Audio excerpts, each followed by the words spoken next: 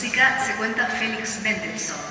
Su corta vida, 38 años, no le impidió viajar ni nutrirse desde niño en sus tertulias hogareñas junto a su hermana Fanny.